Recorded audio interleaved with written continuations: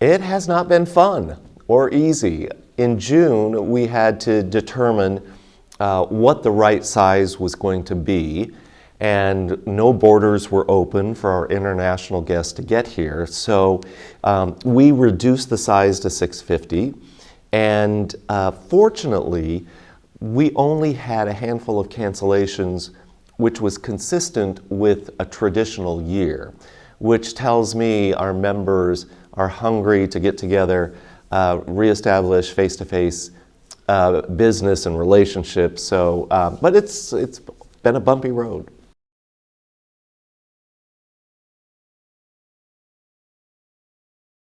Well, we are encouraged based on new bookings for 2022 and then rebookings from the last 18 months. It could come out to be one of our best years ever. But with all these variants that we're all dealing with, that could all change tomorrow. But at this moment, 60% of our members are optimistic that next year will be a boom year and that they will see 7 to 10% growth. So that's very encouraging. And I think in general, for the travel industry at large, the cruise industry is going to come back.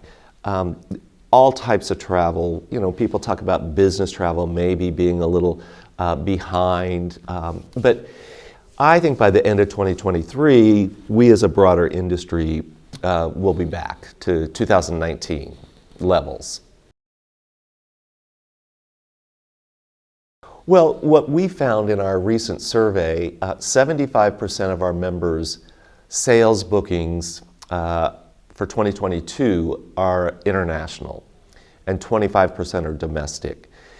So obviously what kept us going during the last 18 months was domestic, but we're now seeing the shift to international, which is historically what our ratio is. We are predominantly international and domestic, but I'm hopeful that we don't see a diminish in domestic. Let's keep building up the U.S. travel market as we grow the international market as well. Well, I don't have a specific percentage of growth, but it carried us through 2021. And national parks really had a great increase. And anything with outdoor spaces, open air, I think the U.S. traveler felt more comfortable with. So that's definitely what we saw on a domestic front, and it also translates internationally moving forward. People want more space, nature, so they feel more safe.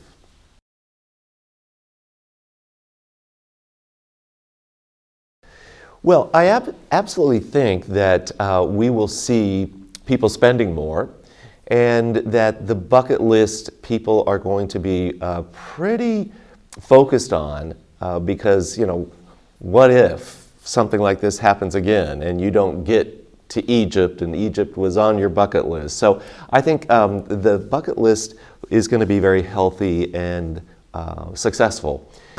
But I also caution destinations that, you know, I would hate to categorize myself as a bucket list destination because that implies I go once, I check the box, and then I move on. And ultimately you want to build some loyalty, so you go back and back to that bucket list. So I try and stay away from that phrase, to be quite truthful.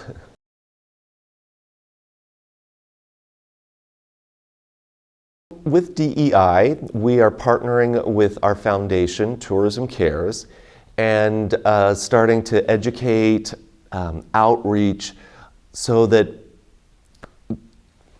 diversity and communities of color know about our industry and the opportunities. And we really need to do that. We will be celebrating our 50th anniversary next year, and that's one of our priorities, is to bring more diversity in. So we're still in the early stages of figuring out the programming, but it's really educating about the opportunities in our industry and providing employment, for folks as well.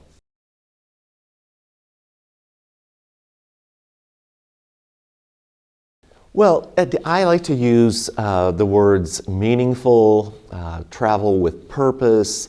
I really hope that both the consumer and the membership at USTOA understand that we have the ability to really help communities that need our help, and that we could direct our economic power to those neighborhoods where the people can really utilize it.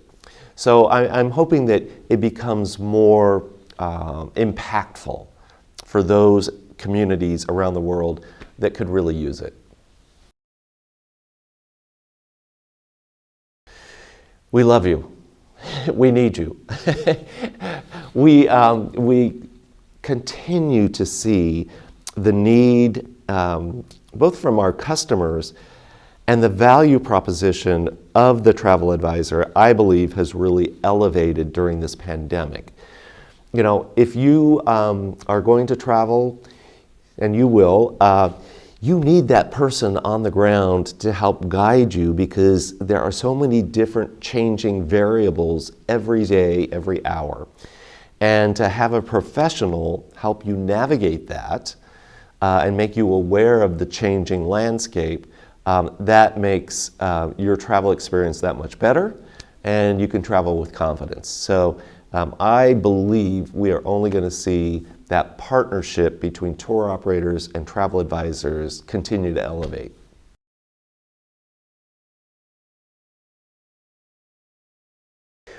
Well, I think keep patience.